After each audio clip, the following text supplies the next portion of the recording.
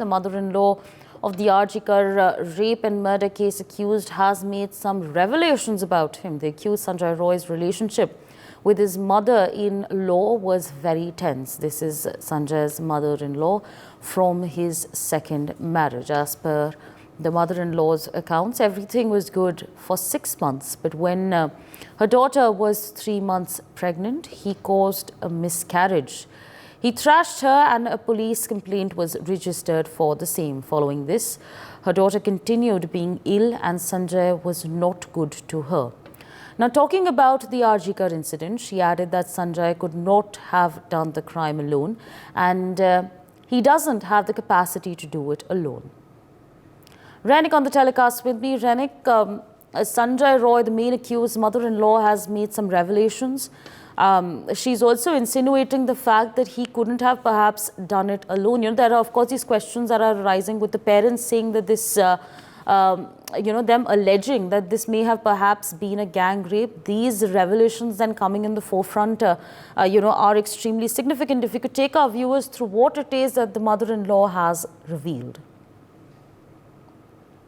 देखिए, RG Kar medical college का incident में जो मेन एक्यूज गिरफ्तार हुआ है संजय रॉय का मदर इन लॉ की तरफ से कहा गया कि संजय रॉय का जो शादी हुआ था, ये सेकेंड मैरिज था संजय रॉय का। और उसी टाइम में जब इनका जो बीवी जब प्रेग्नेंट थे, उसी टाइम में बीवी के ऊपर अत्याचार किया था संजय, और उस वजह से बीवी का मिसकैरेज भी हो गया था। ये पूरा घटना को मदर इन लॉ की तरफ से बयान किया गया। दूसरी तरफ मदर इन लॉ की तरफ से ये भी कहा गया कि संजय के खिलाफ में संजय इस तरीके का बुरी हरकत कर सकता है, मगर संजय की बात का काम नहीं है कि अकेला ये पूरा घटना को अंजाम दे, क्योंकि संजय अकेला ये पूरा घटना अंजाम नहीं दे सकता, ऐसा उनका मदर इन लॉ का कहना है। दूसरी तरफ मदर इन लॉ की तरफ से ये भी कहा गया, इसके पहले भी संजय के खिलाफ में पुलिस में कंप्लेन भी हुआ था। संजय के खिलाफ में वो लोग पुलिस में भी गए थे, उनका जो बेटी उनके ऊपर अत्याचार होता था, इस तरीके का बयान भी किया है।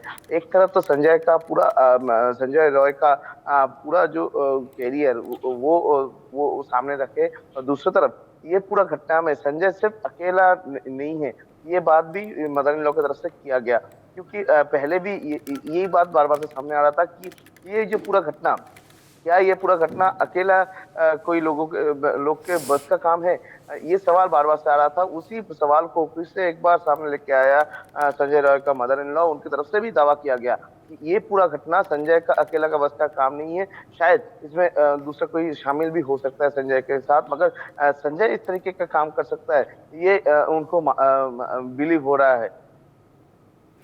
All right. Renik, also give us an understanding on the probe that's taking place. We know that a polygraphy test is scheduled to take place of the main accused. But what are the details and the probe details that are coming in at this point of time?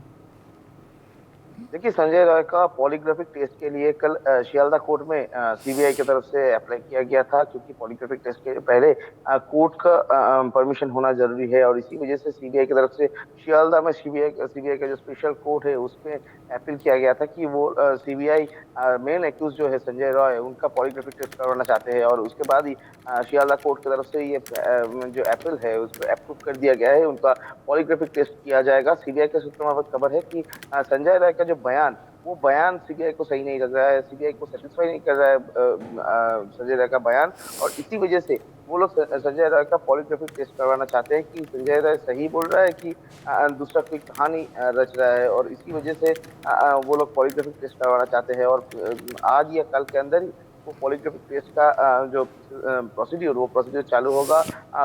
Polygraphic test पहले भी बहुत सारे medical procedure होता है, वो procedure भी जल्द से जल्दी कंप्लीट किया जाएगा। यानी पॉलीग्राफिक टेस्ट के माध्यम से सीबीआई जानने की कोशिश करेगा कि संजय राय का जो बयान कोलकाता पुलिस को दिया गया था और उसके बाद सीबीआई के पास संजय राय का जो बयान है, ये दोनों बयान में जो फर्क था वो फर्क किस वजह से है, और संजय सही बोल रहा है कि नहीं, पूरा जो टाइमलाइन संजय की तरफ से दिया जा रहा है वो टाइमलाइन सही बोल रहा है कि नहीं। क्योंकि संजय का जो टाइमलाइन है उसके साथ कोलकाता पुलिस का जो सीसीटीवी फुटेज, जो कोलकाता का जो हर एक इलाका का सीसीटीवी फुटेज, जिस सीसीटीवी फुटेज में संजय राय का तस्वीर मिला है वो उसको मैच नहीं कर पा रहा है सीबीआई, और इसी वजह से संजय राय का जो बयान उसको क्रॉस वेरीफाई करने के लिए ये पॉलीग्राफिक टेस्ट करवाना चाहते हैं CBI. Right. Absolutely, Renik. Also, give us an understanding. We're also learning at this point of time that there are fake rumors that are being spread. As many as sources are indicating that as many as 280 notices have been sent over rumors that are being spread, and there's also an understanding over here that these rumors were spread through IP addresses from Bangladesh and Pakistan. So, what are the details that are coming in on that front? What is the kind of action that the police then is taking? देखिए, RG Kar medical college का ये जो incident हुआ था, इसके बाद ही बार बार से देखा जा रहा था, पूरा ये घटना को लेकर सोशल मीडिया में बहुत सारे पोस्ट हो रहा है और इसी पोस्ट को लेकर, फेक पोस्ट को लेकर, र्यूमर पोस्ट को लेकर कोलकाता पुलिस अभी एक्टिव है। कोलकाता पुलिस की तरफ से एक्शन लिया जा रहा है। अभी तक 280 यानी 280 लोगों को समन किया गया है कोलकाता पुलिस के साइबर सेल की तरफ से। साइबर सेल की तरफ से ये भी कहा जा रहा है कि ये पूरा जो इस्तेमाल हो रहा है, ये जो 280 लोग है, ये सिर्फ कोलकाता का नहीं है, कोलकाता का बाहर का भी है और उसके साथ साथ ही दूसरा राज्य का भी है, यानी उत्तर प्रदेश, मध्य प्रदेश, राजस्थान का लोग भी इसमें शामिल है, बिहार का बहुत सारे लोग भी इसमें शामिल है और सिर्फ यही नहीं, इसके साथ साथ ही 2-3 ऐसा आईपी एड्रेस मिला है कोलकाता पुलिस के साइबर सेल को, जो आईपी एड्रेस बांग्लादेश और पाकिस्तान का आईपी एड्रेस है, यानी फेक अकाउंट तैयार करके भी इस तरीके का जो पोस्ट, र्यूमर्स ये फैलाया जा रहा है, ऐसा कोलकाता पुलिस की तरफ से कहा जा रहा है। पूरा ये घटना को लेकर कोलकाता पुलिस का जो साइबर सेल, वो साइबर सेल की तरफ से काम किया जा रहा है। ये जो आईपी एड्रेस बांग्लादेश और पाकिस्तान का है, इनको भी ट्रैक किया जा रहा है कि ये आईपी एड्रेस कौन सी जगह से इस्तेमाल किया गया था, पूरा ये क्या फेक ये आईपी एड्रेस इस्तेमाल करके फेक कोई आईडी तैयार किया गया था ना कि नहीं, इसमें कोई साइबर क्राइम या कोई साइबर स्कैम शामिल है कि नहीं, इस बारे में भी कोलकाता पुलिस का नजर है। कोलकाता पुलिस का साइबर सेल की तरफ से ये पूरा मामला का जांच किया जा रहा है।